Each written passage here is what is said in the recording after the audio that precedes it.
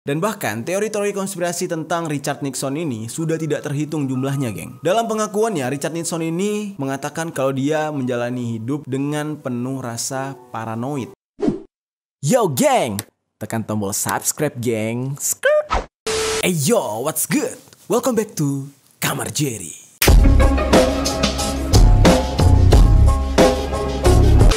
Geng, berbicara tentang teori konspirasi, ini adalah sebuah hal yang sangat menarik untuk kita bongkar gitu kan. Nah, di dunia ini banyak sekali kejadian-kejadian yang berkaitan dengan teori konspirasi. Baik itu bisa dibuktikan secara nyata maupun hanya sekedar karangan belaka gitu ya. Oke, namun terkadang teori konspirasi ini sering sekali menjadi sebuah jalan untuk membongkar sebuah kasus gitu ya. Yang awalnya tuh tidak bisa kita pikirkan atau tidak bisa kita terka dengan akal sehat. Nah, karena adanya teori konspirasi, jadinya suatu hal itu bisa terbongkar. Nah, hari ini kita akan membahas beberapa film-film yang berkaitan dengan teori konspirasi, namun ini semua diangkat dari kisah nyata. Film-film teori konspirasi yang diangkat dari kisah nyata itu biasanya mengandung sebuah kode-kode yang membuat semua penonton itu akhirnya paham kalau di sebuah kasus itu ada sesuatu yang ditutup-tutupi. Kebanyakan daripada film-film yang berbau teori konspirasi ini itu ada kaitannya dengan pemerintahan yang buruk, alias di balik pemerintahan yang besar itu ada tujuan yang negatif biasanya gitu. Nah, para pembuat film teori konspirasi ini seolah-olah ingin menyampaikan kepada para penonton kalau kita itu sedang di bawah kendali atau sedang berada di dalam sebuah hal yang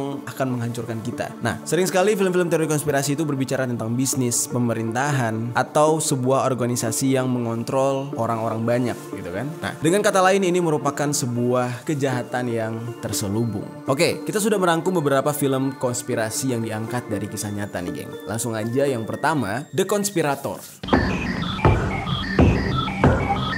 Semua orang tahu kalau John Wilkes Booth adalah orang yang telah menembak Presiden Abraham Lincoln. Namun tidak banyak orang yang menyadari kalau ternyata di belakang hal tersebut ada konspirasi yang sangat besar. Di malam yang sama, dua orang teman dari Booth, si pembunuh ini, itu mencoba untuk membunuh Wakil Presiden Andrew Johnson serta Sekretaris Negara William Seward untuk mengosongkan kursi kepemimpinan di pihak Union. Walaupun pembunuhan tersebut dijadwalkan pada waktu yang sama, namun hanya satu pembunuh, yaitu Wilkes Booth, yang berhasil membunuh sang presiden. Dan itu pun dia juga ikut terbunuh karena para tentara menemukan dia sedang bersembunyi di dalam gudang. Di dalam film The Conspirator justru berfokus kepada Mary Surratt. Dia ini adalah seorang pengelola kos tempat para konspirator bertemu dan tinggal. Surratt sendiri akhirnya dihukum oleh pengadilan militer sebagai anggota konspirasi. Hal ini menjadikan dia wanita pertama yang dieksekusi oleh pemerintah federal Amerika Serikat. Namun sayangnya di dalam film ini sang sutradara yang bernama Robert Redford itu lebih memilih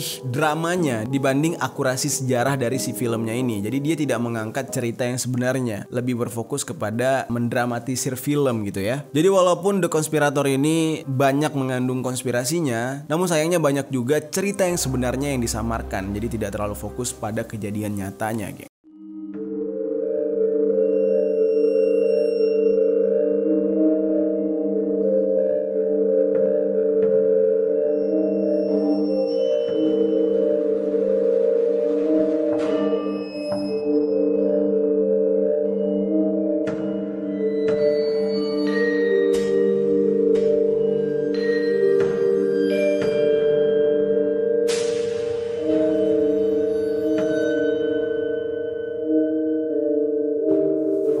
Oke, kita ke film selanjutnya yang berjudul Syariana.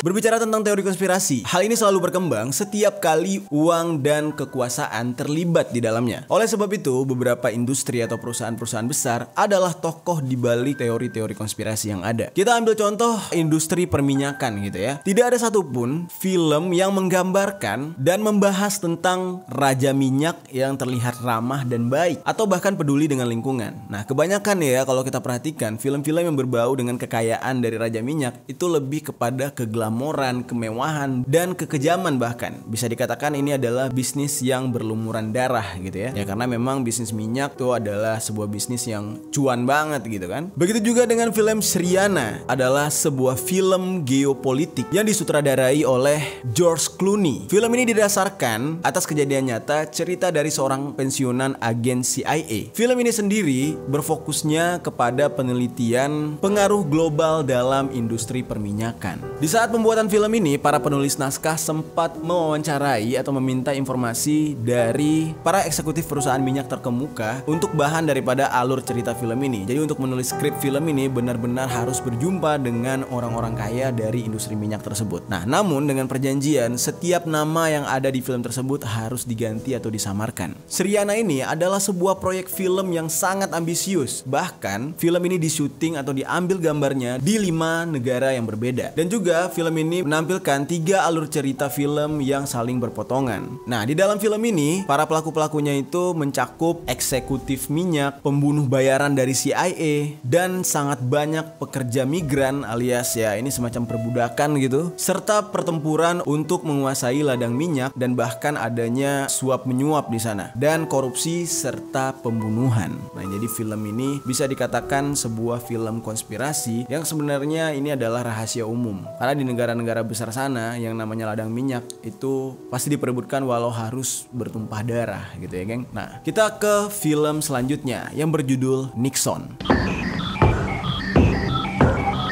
Nama lengkapnya Richard Nixon. Dia ini adalah lawan politik daripada John F. Kennedy. Dan dia sama seperti John F. Kennedy, selalu menjadi incaran para pembuat teori konspirasi. Dan bahkan teori-teori konspirasi tentang Richard Nixon ini sudah tidak terhitung jumlahnya, geng. Dalam pengakuannya, Richard Nixon ini mengatakan kalau dia menjalani hidup dengan penuh rasa paranoid. Itu semacam rasa ketakutan gitu, geng ya. Curiga gitu bawaannya terhadap orang-orang sekitar. Di dalam film yang menceritakan tentang dirinya pada tahun 1995 yang berjudul Nixon. Di saat pertama kali pemutaran, film ini dibuka dengan sebuah kalimat kalau film ini merupakan upaya untuk memahami kebenaran berdasarkan catatan sejarah yang tidak lengkap.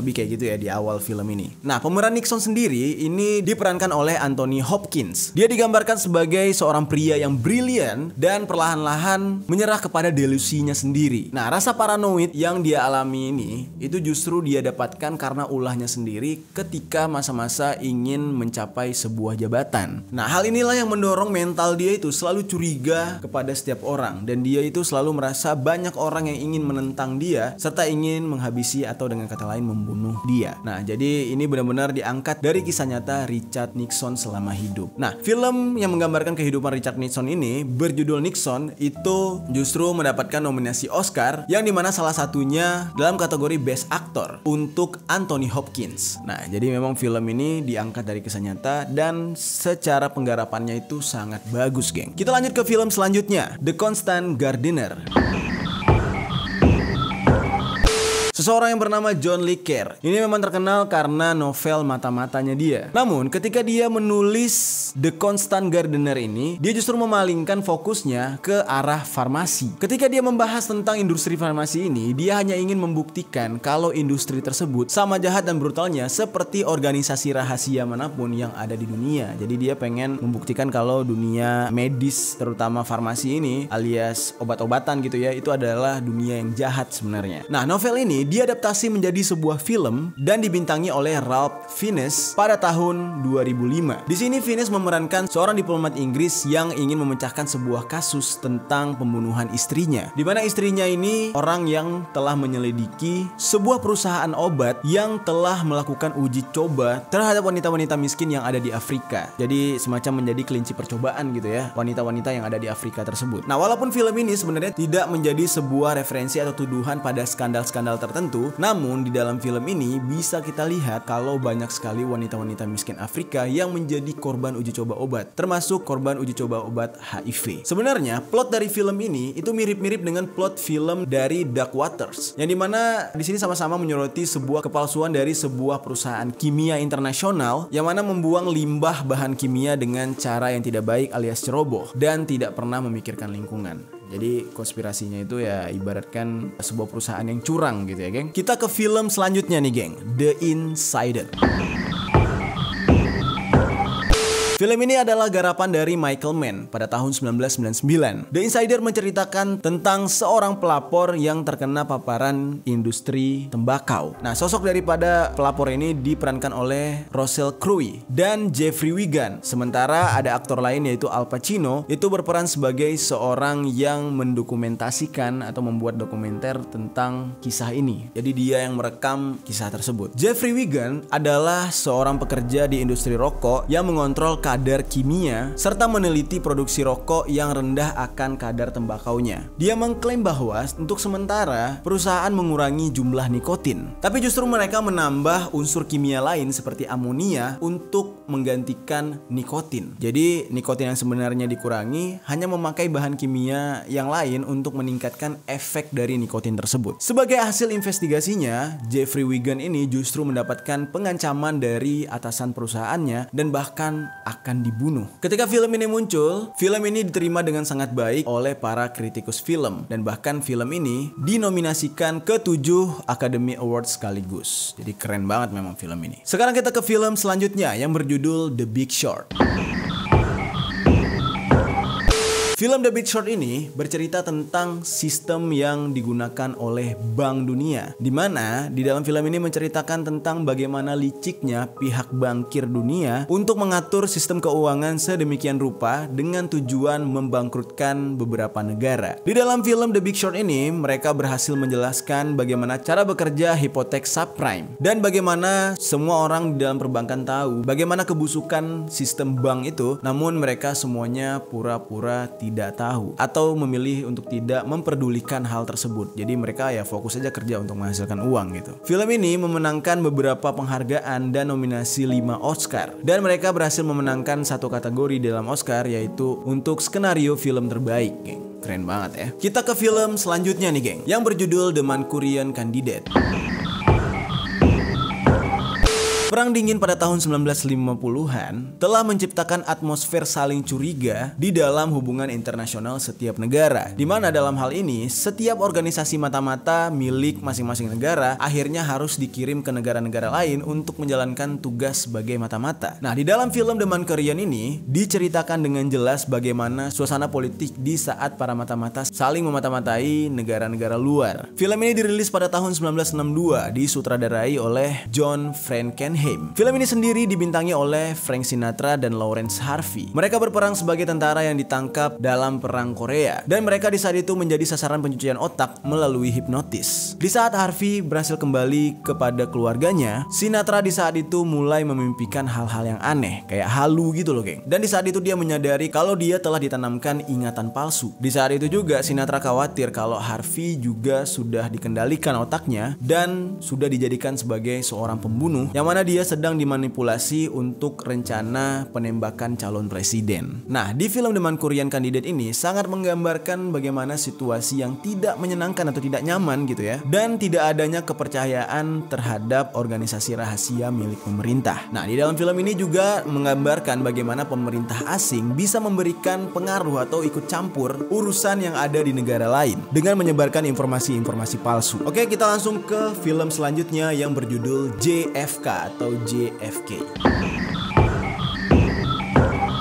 Mendengar judul tersebut, kalian sudah pasti tahu ya arahnya itu ke John F. Kennedy. Memang ada banyak film konspirasi tentang John F. Kennedy ini, geng. Karena memang tentang kejadian atau kasus pembunuhannya itu sampai sekarang belum terungkap. Jadi banyak banget orang yang membuat teori-teori untuk mengungkap siapa pembunuh daripada John F. Kennedy ini. Sejauh ini, teori konspirasi yang terbaik itu adalah buatan Oliver Stone, yaitu JFK. Oliver Stone ini menggambarkan filmnya sebagai kontramitos yang menolak versi dari Komisi Komisi Warren tentang siapa pelaku pembunuhan Presiden John F. Kennedy ini. Di film JFK ini justru menunjukkan kalau sang pembunuh atau disebut dengan assassin gitu ya, itu tidak bekerja sendiri. Namun pembunuhan daripada John F. Kennedy di film JFK itu justru difasilitasi oleh pihak CIA. Nah, pengacara distrik New Orleans, Jim Garrison, yang diperankan oleh Kevin Costner, menyarankan kalau ada 3 penembak dan 6 tembakan dari tempat yang berbeda di Grassy Knoll. Namun sayangnya film JFK ini tidak diterima dengan baik oleh para kritikus film, walaupun sebenarnya orang yang menonton itu banyak yang suka. Bahkan si pembuat filmnya yaitu Stone itu juga dikritik habis-habisan, di mana The Washington Post itu memanggil dia dengan sebutan seseorang yang memiliki keterampilan teknis namun sedikit pendidikan dan nurani yang dapat diabaikan katanya. Jadi benar-benar dikritik banget gitu ya ketika dia mencoba untuk membuat sebuah film teori konspirasi yang benar-benar dekat gitu dengan kenyataannya. Nah, itu dia tadi geng, beberapa film teori konspirasi yang diangkat dari dunia nyata, yang mana ya mungkin ada pelaku-pelaku pembunuhan di dalamnya yang merasa ketar-ketir gitu ya, karena teori konspirasi ini sangat dekat dengan kenyataan daripada kejadian tersebut. Gimana menurut kalian? Tadi itu ada 8, yang mana yang menurut kalian film paling menarik untuk ditonton? Coba tinggalkan komentar di bawah.